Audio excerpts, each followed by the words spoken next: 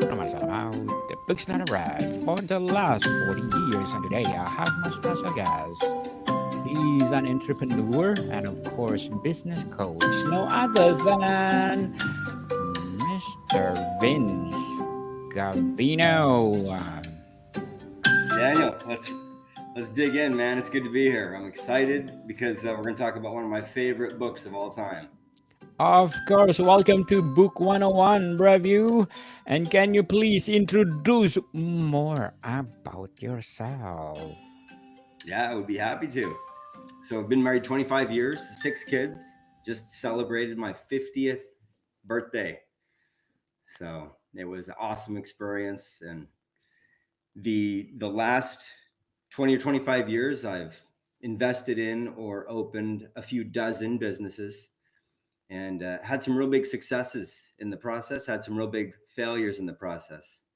And they have been the failures and the successes have been sweet.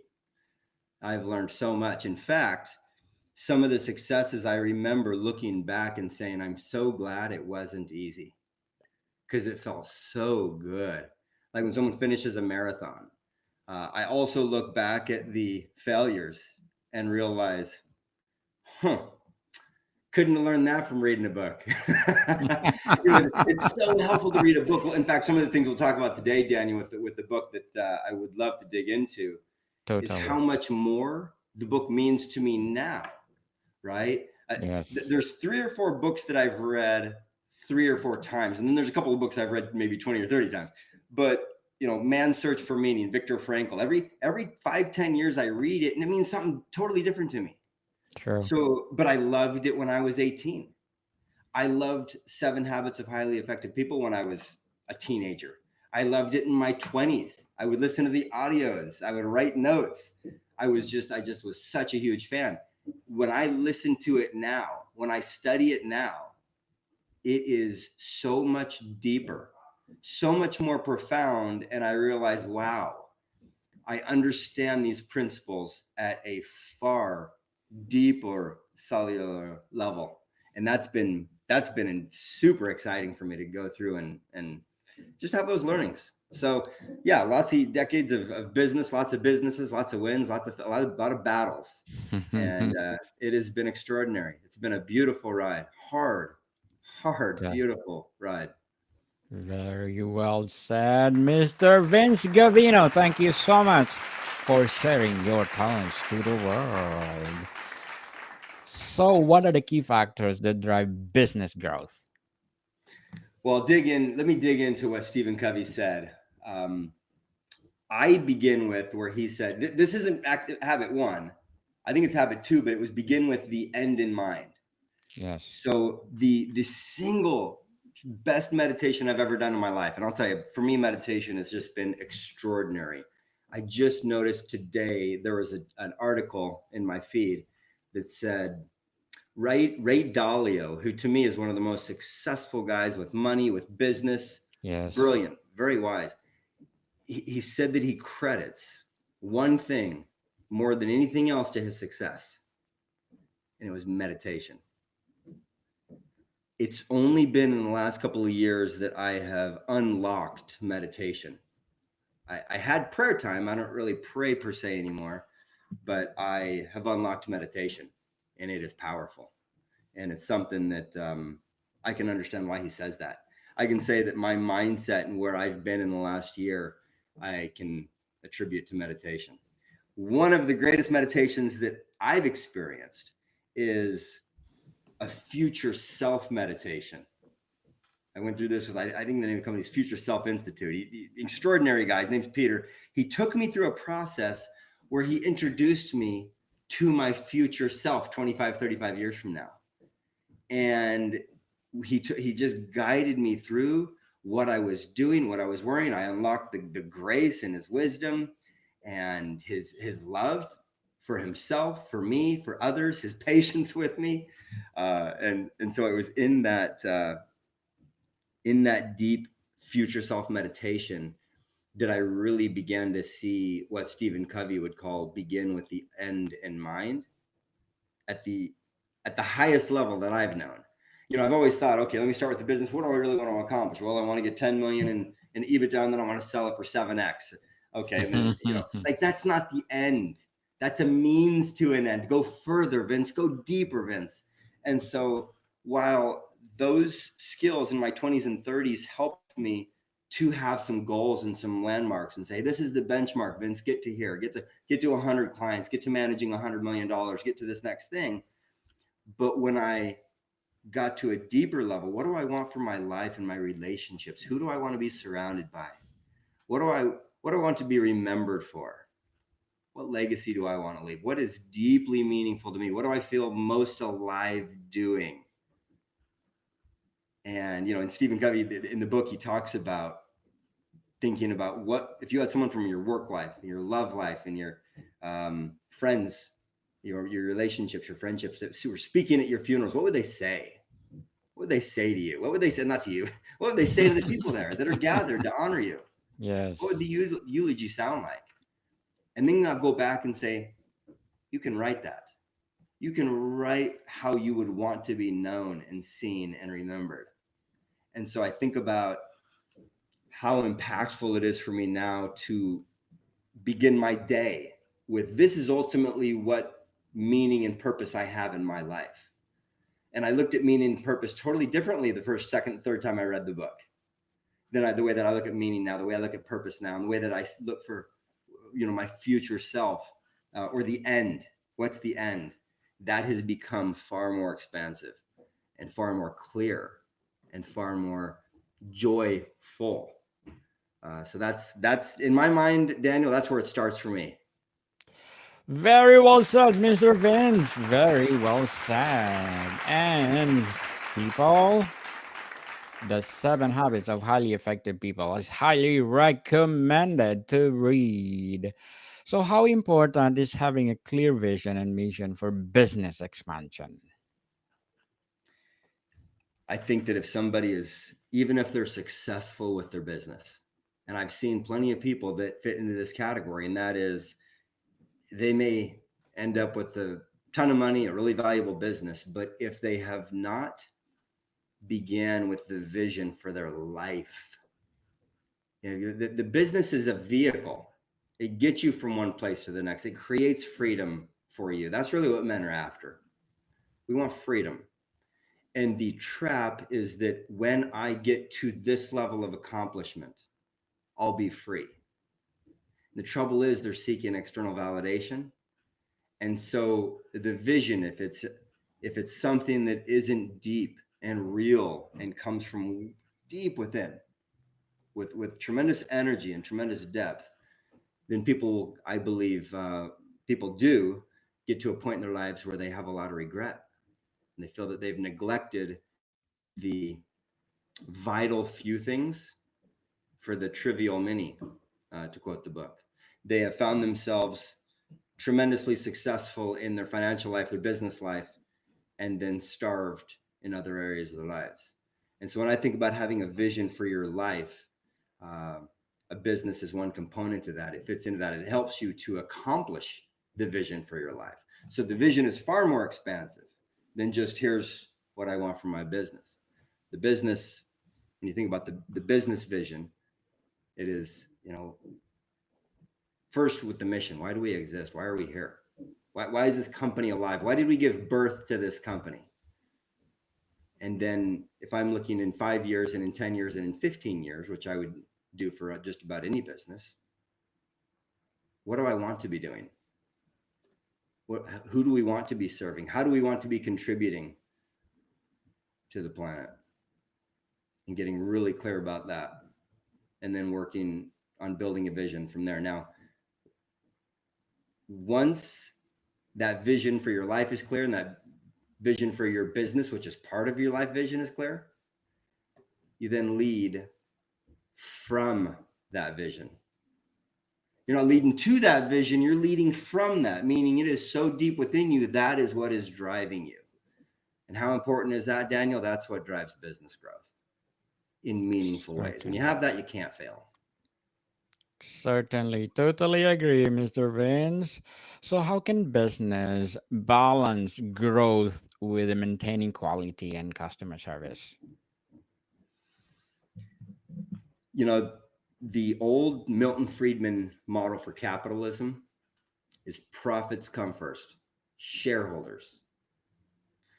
The reboot of capitalism that conscious people are becoming very aware of, and they don't have much tolerance. The level of tolerance for profit driven capitalism is waning quickly. And so business owners need to move from the 1P model, which is the Milton Friedman model, meaning shareholders, to the 4P model.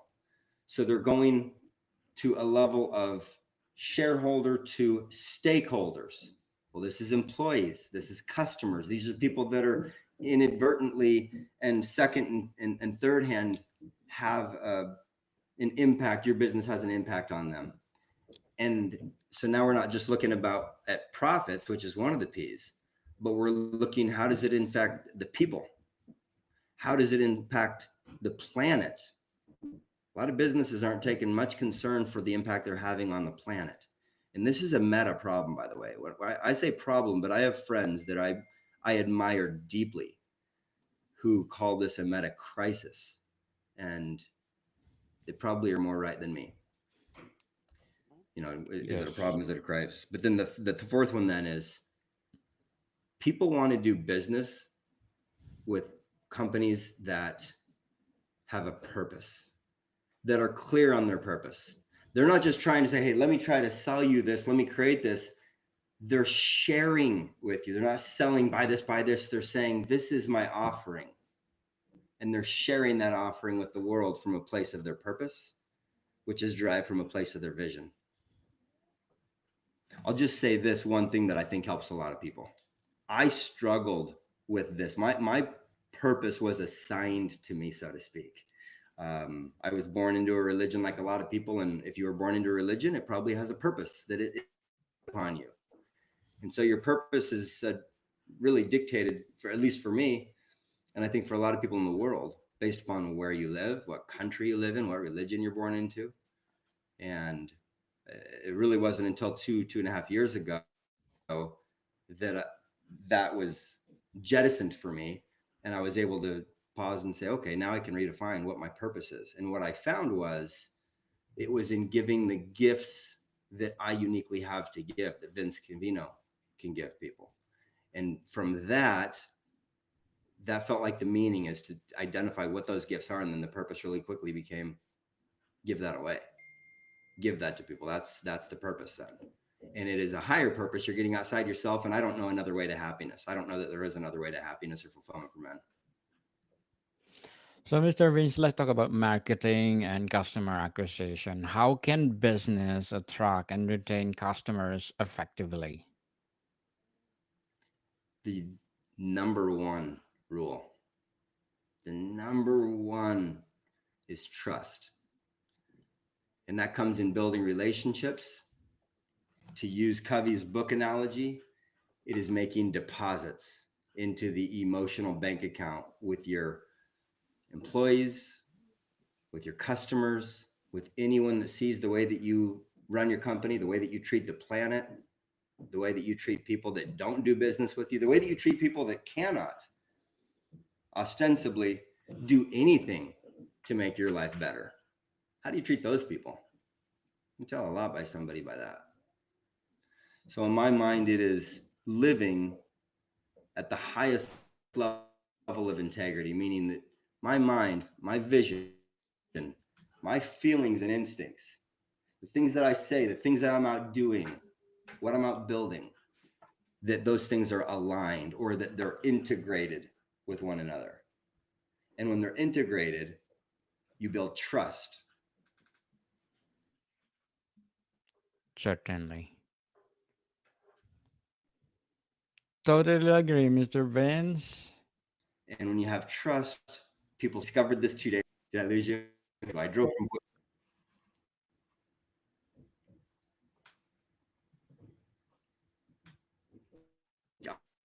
Daniel, can you hear me?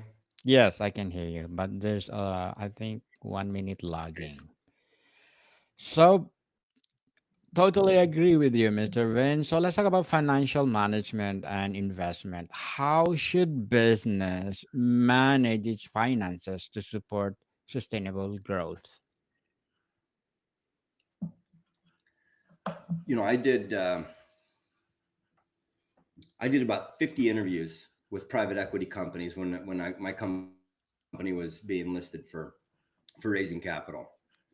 And I'll tell you that I've often told my friends they seem to be the smartest people in the room. These private equity guys, pretty freaking brilliant. Um, and one of the ways they have a brilliance and a real mastery is in Excel.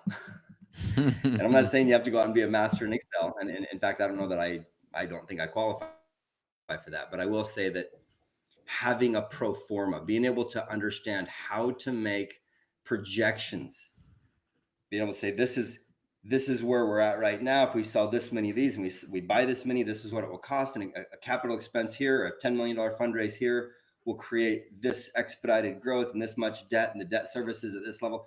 Being able to accurately, as accurately as possible, and most people try to get to at least an 80% confidence level, being able to put that on paper and look at different financial models.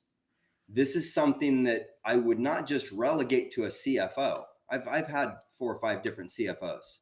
These are brilliant guys. But I will say that I needed to be in that discussion and I needed to be a giant part of the input of what are the expenses going to be? What CapEx do we need? What's our burn? What here's scenario A, here's scenario B, here's if we buy this asset, here's if we buy this company, or here's if we sell this piece of property and do these things.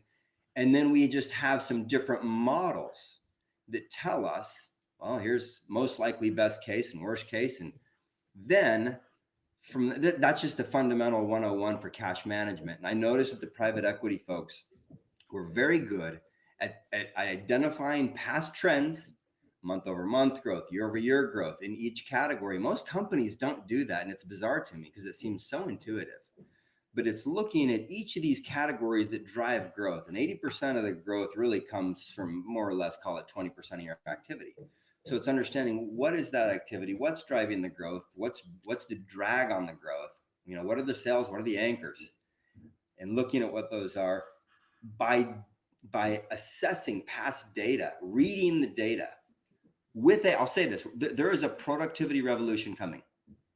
Things have never changed as quickly as they're changing right now, and they will never change as slowly as they are. Meaning, it's only going to get faster and faster and faster in the change.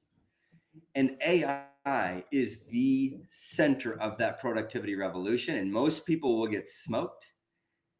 And there's going to be two businesses. There's going to be those that use AI and those companies that are just not in business anymore. Those are two businesses 5 years from now. And a year from now, if you're not using AI all the time, good luck competing. I don't know how you could compete. I can tell you right now, when we look at what each of the folks in our company are doing, how much time they save with AI, it's incredible.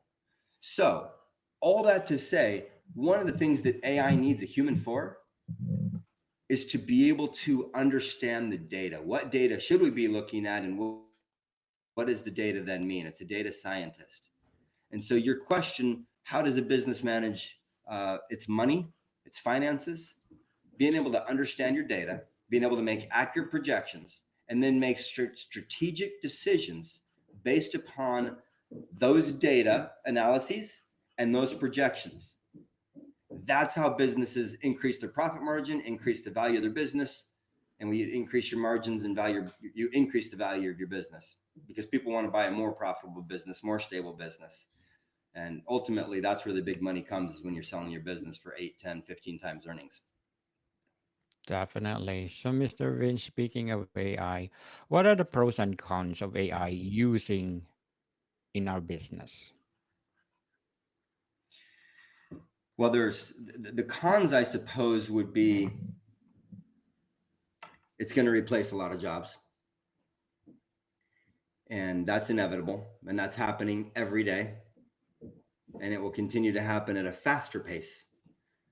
Another con might be that People might ask AI for input and they don't know how to craft a prompt. Prompts into AI need to be very specific. They need to be targeted towards what you're trying to accomplish. In other words, giving AI the full scope of what you're trying to accomplish, as much data as possible. Spend 10 minutes on a prompt to AI and get an answer that is far more valuable than if you were to spend 30 seconds on it. That said, once you get the prompt, be able to understand what is fact and what is an assumption, or what is maybe fact from another website that wasn't verifiable. So I might ask AI, hey, are vaccinations healthy? Is there any reason I shouldn't get a vaccination? I also might ask AI, tell me all the reasons why vaccinations might kill me. How you prompt it will determine the answer, and it's a subjective answer based upon what it knows about you and what it thinks you're looking for. And so you have to be able to understand how to extrapolate the answers in AI for your highest utility. How good are your instincts, and how astute are you with understanding, okay, that's clearly data, and then looking at the sources and checking those sources. You still have a need to dig in most cases into Google and verify some data, and verify the sources, and consider the sources. Most people are not real good at that. Certainly, totally agree, Mr. Vince. So, what will be your advice for those people out there want to put up their business right now? Did they want to start a new business? Yes. Yeah, that's a great question. I would say the first thing you should do is decide, do you really want to start a business? And to Okay. know that, you have to say why. Is it because you want freedom? Do you want to become an entrepreneur so that you can work 100 hours a week, so that you can tell people you get to work when you want? Most people work a whole lot less 9 to 5 for their boss than an entrepreneur does. True. They're not able to separate 7, 8, 9 o'clock at night. And so now what's happened with the kids? Are they getting the love and the attention that they need? What about your Saturdays? So I think that the first thing you've got to do is say, what will this do to my quality of life? And what if I leave this stable job and I start a business and I don't have the skill set? What if it fails? And I can hear people right now that are super positive, that in my mind are somewhat unrealistic, that say, well, that's just small thinking. You got to have a dream, you got to have a vision, you got to believe in yourself. Yeah, I know a lot of people that believed in themselves, that had a vision, but were not competent. They didn't have the skill set to be able to drive a successful business. And they probably had no business owning one. The percentage of businesses that fail in 5 years is staggering. It's like 85% of businesses, 90% of businesses within 5 years, and like 93% within 10 years. And yet people are just leaving their company in droves to rack up their credit card debt, to then fail, to then go back to a job after their resume looks worse because they failed. So I would say step one, when you go to open a company, have a tall glass of reality. Then dig in, identify what you bring to the world. What is the market pays you what you're worth. If you're worth $1 million a year, you'll make $1 million a year. If you're making $100,000 a year right now, it's because those are the skills. That's the level of the skill that you've developed. And so having a tall glass of reality and truth, and having a discussion with that and sitting with it, helps you to be able to understand whether or not you are the right fit. Now, beyond that, surrounding yourself with people that can be truthful with you. I've got some people in my life that have wanted to start a business, and I've come to them and said, I would bet 10 to 1 that you will not make it in a year. And here's why. Now, here's how you can fix this, but I don't know that you have the discipline to do this. And I don't know if this suits you very well. And there's other Certainly. people that underestimate their abilities, and they probably could be opening a business. But it's got to begin with why. And then is what do I do that I am great at, that other people find valuable, that they're willing to pay me for? That was a comma, that I love doing. And when the Yes. intersection of here's my brilliance, here's my genius, and here is what I love doing, and where that intersection is, if you've got that, go start a business. Yes, indeed. And thank you for your advice, Mr. Vince. So, what will be your short term and long term goals as an entrepreneur or a business coach?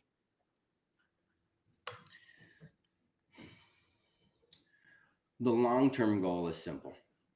You know, we're out to up level capitalism. When I say up level it, yesterday's model of capitalism doesn't work.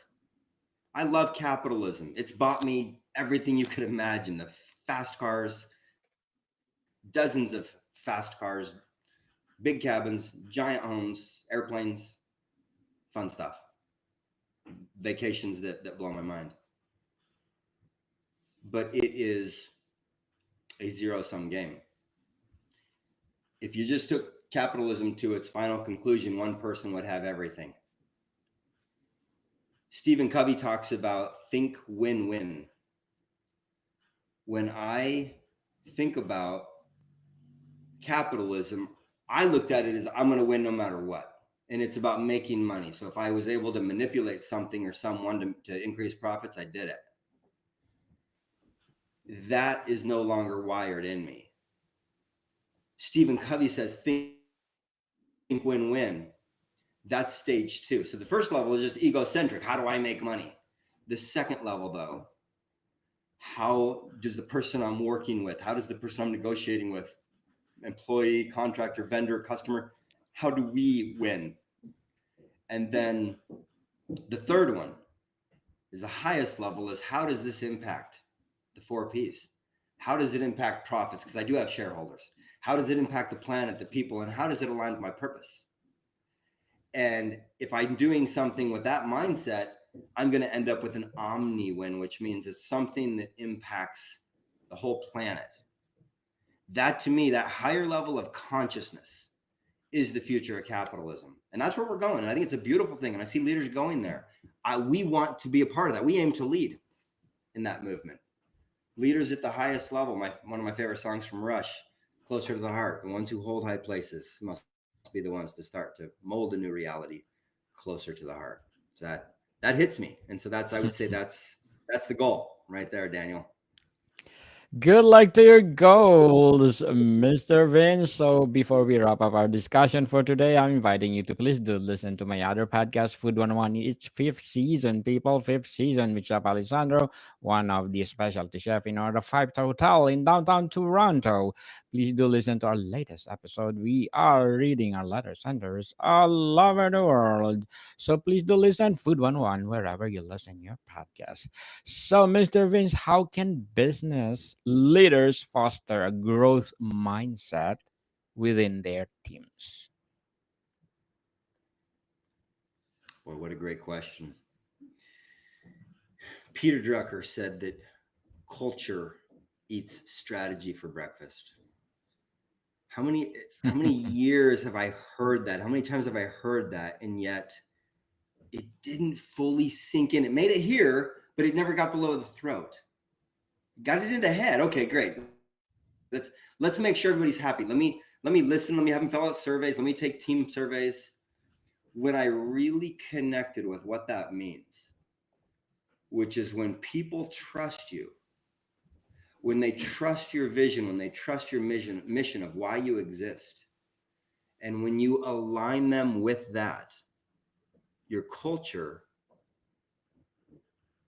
will create an environment that is so fertile for strategy, because now you have all of this synergy. You have all these people on your team now.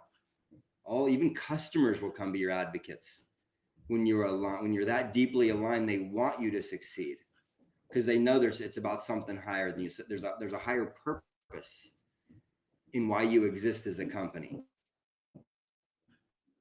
and who you are as a person. What I didn't realize is in the book says it, but I didn't quite fully understand, and that is the higher your integrity, the higher your integrated mind, heart, what you're doing, and how you're living, the stronger the trust that you will have, The more deposits into those emotional bank accounts and those relationships, the stronger the culture. That culture leads to great strategy and great execution and great profits and purpose, and your people are taken care of, and the planet wins. So he's had the recipe there this whole time. I just didn't understand it, but I do now. Yes, save the Mother Earth, people. If you're creating a business, please do take care of our Mother Earth. So, Mr. Vince Gavino, thank you so much for sharing your knowledge to the world and, of course, your businesses. So, can you please invite our listeners to support all your business or your coaching itself? Yeah, sure. VinceCovino.com. Find me there. WarriorSage.com. We have the Transcendent Leader Retreat. We have several masterminds. Most of our business, our central business, is a mastermind for entrepreneurs that are already very successful, multi-million dollar revenue and profits, who are looking for the and reach their full potential in their lives, in every dimension of their lives. And we have a mastery in that. That's our main offering that we share with the world. It's about enlightening and unifying and mobilizing leaders, entrepreneurs. They're the ones that will create the change. So we're getting them closer to their heart, and we're getting them dialed in on their business strategy. Yes, people, let's support Mr. Vince Gavina because if you support him, more, and more empowering business to come. So, Mr. Vince, thank you so much for your time. Modicom people, Daniel, it was see a you. pleasure. Thank you. Yes, you're most welcome. Modicom people, see you soon.